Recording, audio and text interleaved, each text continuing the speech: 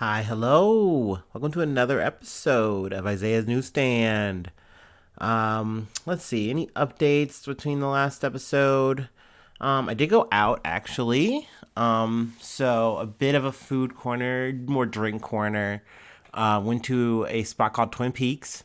It's kind of like a Hooters vibe, but I don't know, it's really different. The outfit, I guess, like the aesthetic is kind of like mountainy. What I don't know. Overall, it was definitely a great time. I think it's definitely one of those situations where because of the group I was with, it makes the situation and environment way better. But like for me, I always look at the menu every time I go, and I'm kind of like, it's okay. And I always like see what my friends get. Like the wings are all right. I would say that's probably the best thing I've eaten there. But last night I ate some nachos that were ordered and some fries, which were good. And then drink wise, I had a blackberry margarita, which was pretty tasty.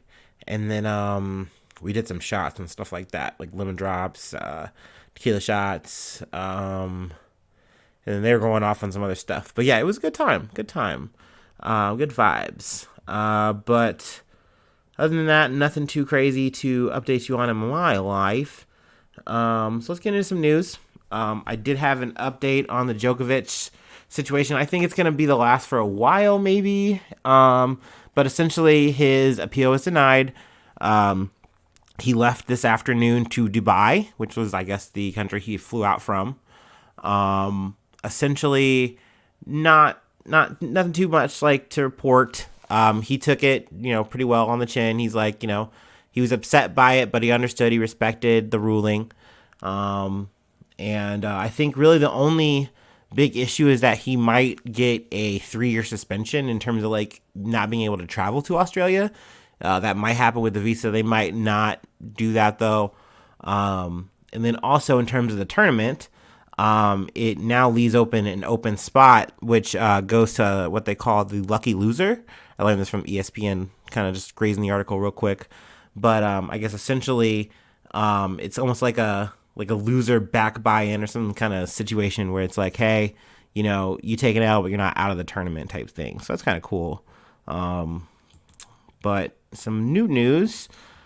There is a tsunami situation that has popped off in, I believe, what is the island? The island of Tonga. And it's this underwater volcano by the name of Tonga-Hunga Hapai.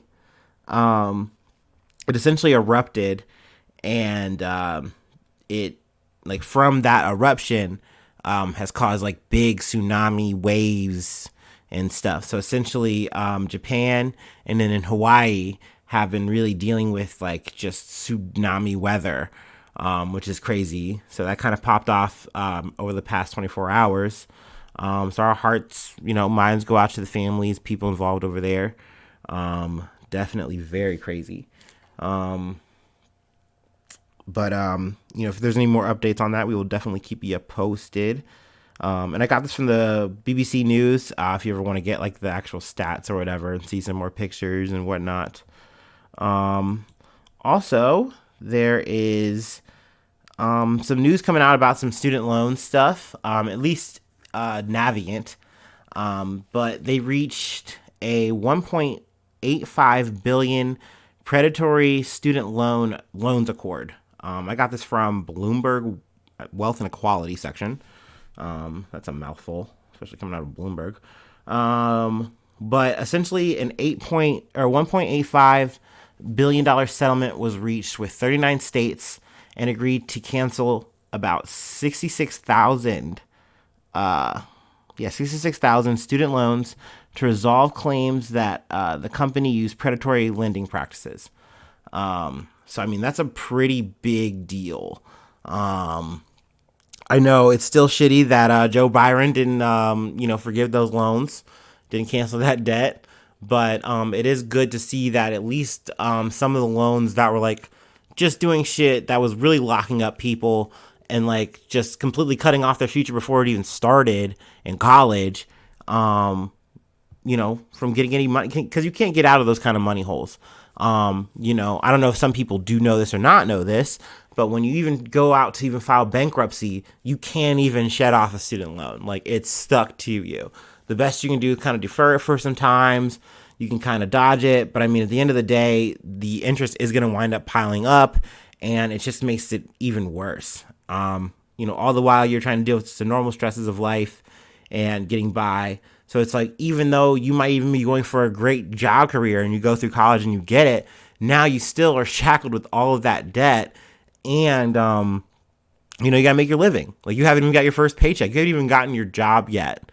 And I can't even imagine now with COVID going around how crazy that is. But essentially, this is definitely a dub. Like I said, it'd be nice to see more of this in the future, but we'll definitely see. I didn't know that this was like a kind of spin-off offshoot of Sally Mae. That was something else I learned from this article. I was like, oh, okay, cool. Me personally, I did a little bit of I did one semester of college for shit that hit the fan for me. But just that alone was like $1,000 that I had to pay back from FAFSA, which was really annoying. But we did it. We got through it. Actually, cheers to that.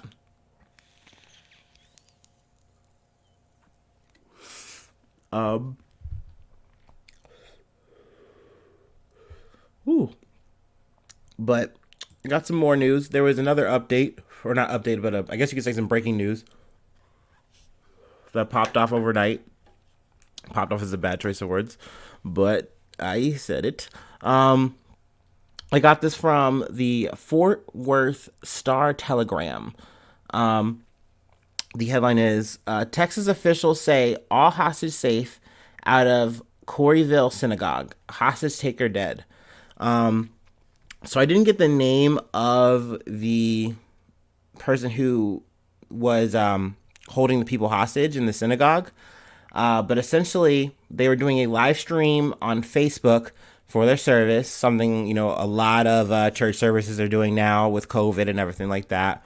But essentially, this man was guised as a homeless person, and he had a gun on him, and then he got in, and as people were realizing, some people were able to flee, and he did chase them out with his gun, but he didn't shoot.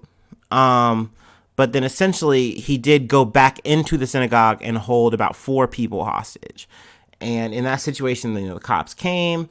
I believe the situation was kind of resolved pretty fast. It seems like it was around 9:15, I believe, is kind of when it kind of starts on the clock.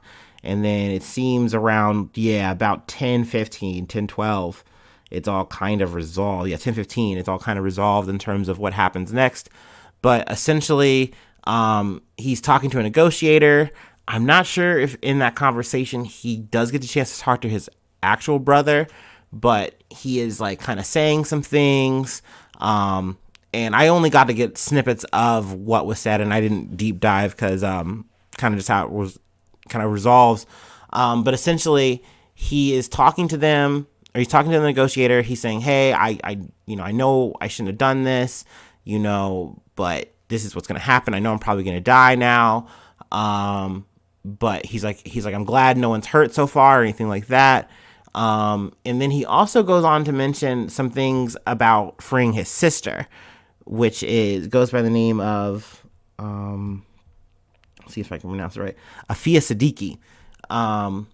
But kind of in those kind of, rantings or whatever, the police, I think, are kind of formed up and everything like that. And I believe they kind of make entry, and as they're making entry, he shoots himself, or the shooting kind of ensues. But none of the hostages were hurt. They all made it out, alive, and that was good. But essentially, just a very dicey, scary situation. But the name that he mentioned, the sister that he mentioned, quote unquote, wasn't actually his sister. People in association with Aafia Siddiqui, completely disavowed that person. They're like, "Hey, we do not stand with you. That is not her brother." But essentially, this is a name that was new for me. But she also has gone by she hasn't gone by this. This was dubbed by like counterterrorism, people or whatever, but they called her Lady Al Qaeda. And I guess essentially she was someone, as a Pakistani woman who, and turns out that she is a doctor, she graduated. But essentially she was in Afghanistan. They caught her with documents on like how to make bombs and chemicals and things like that. They arrested her, and then while she was detained, she was able to get her hands on a soldier's rifle, and then proceeded to like shoot at, the soldiers. None of them were shot, but she was shot then in the stomach. I believe in the stomach. She was wounded in the stomach, and she survived. And then essentially it all kind of led up and racked up to like about 86 years in prison. And so it turns out she is currently being held in Fort Worth, where this all took place. I believe Corryville is in there in Texas somewhere. It's always bigger in Texas. But essentially, I guess this was part of, what his demands were for these, these hostages was her freedom. But I mean, essentially that was definitely something that was obviously not going to happen, but, just something interesting, just an interesting tidbit, because it kind of unlocked something for me, because I did not know anything about this. And I mean, there's definitely two sides of this coin in terms of how she is looked at. Obviously, from the American side of things, Western side of things, she's looked at as, a terrorist, very evil person, trying to do, bad things. But in the Pakistani, people, they actually look at her as, a person of the nation, and they look at her as a martyr. And, it just kind of goes to show this is definitely the differences of perspective. We've talked about that before on the podcast, where it's like, there's different sides, there's different, points of vision on this kind of stuff. And it's important to see both sides of it. I'm not sure if there's going to be any more. Hopefully there's going to be more updates, like on the person's name or things like that. If there's any more ties or connections, we'll definitely try to get that on the podcast, on an update or something like that. But our last story here, kind of a little bit lighter, but Mexico seizes 380,000 boxes of Kellogg's cereal. I got this from the Associated Press.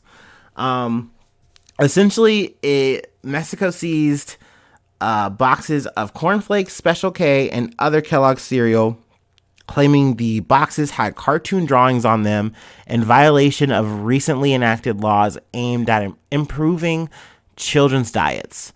They also go on to further say that like there wasn't enough like nutritional content on there too. Like it just wasn't labeled properly, so they just didn't want them sold in their country.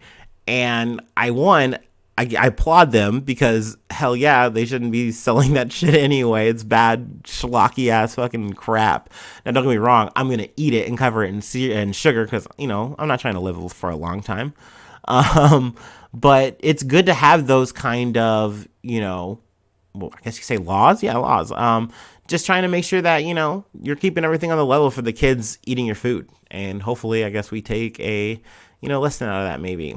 But at the same time, once again, I am still a hypocrite who is eating all that schlocky ass nasty cereal. In fact, I would be eating like Captain Crunch for sure. I'd have been like, that's not a loss for me. I'm not eating Special K. But essentially, yeah, that wraps it up. Let's see. It's shill time. It's shill time. It's shill time. I got a Patreon. It's patreon.com/Isaiah News. If you would like to chuck me $5, I will shout you out on the podcast. It's pretty cool. Also, you can hit me up on Gmail. I believe I got a Gmail account. Yeah, I do. It's IsaiahNews1@gmail.com. If I'm wrong on that, I'll update that again on the next pod. Then I got a Facebook, and that's Isaiah_News. I got the Facebook is Isaiah News 1 if you want to check that out, as well as I think Isaiah News is also the Instagram. I'm pretty uniform there for the most part. But yeah, by all means, shoot me a shout out if you want to talk to me, update me. Let me know if I got something wrong, and I'll try to always correct it on my corrections corners. But yeah, in terms of what else you can do to help out, I got a Spotify. If you're listening to it on that, hit that bell, hit the follow, rate me, please. Also, Apple Podcast, Anchor FM podcast. I mean, we're pretty much on all kinds of things. Check out my YouTube channel. It's got more of the same stuff. Might be adding more things in the future, but who knows? But yeah, that's about it. And then hopefully I'll see you soon for some more good news. Love ya. Bye-bye. Mwah.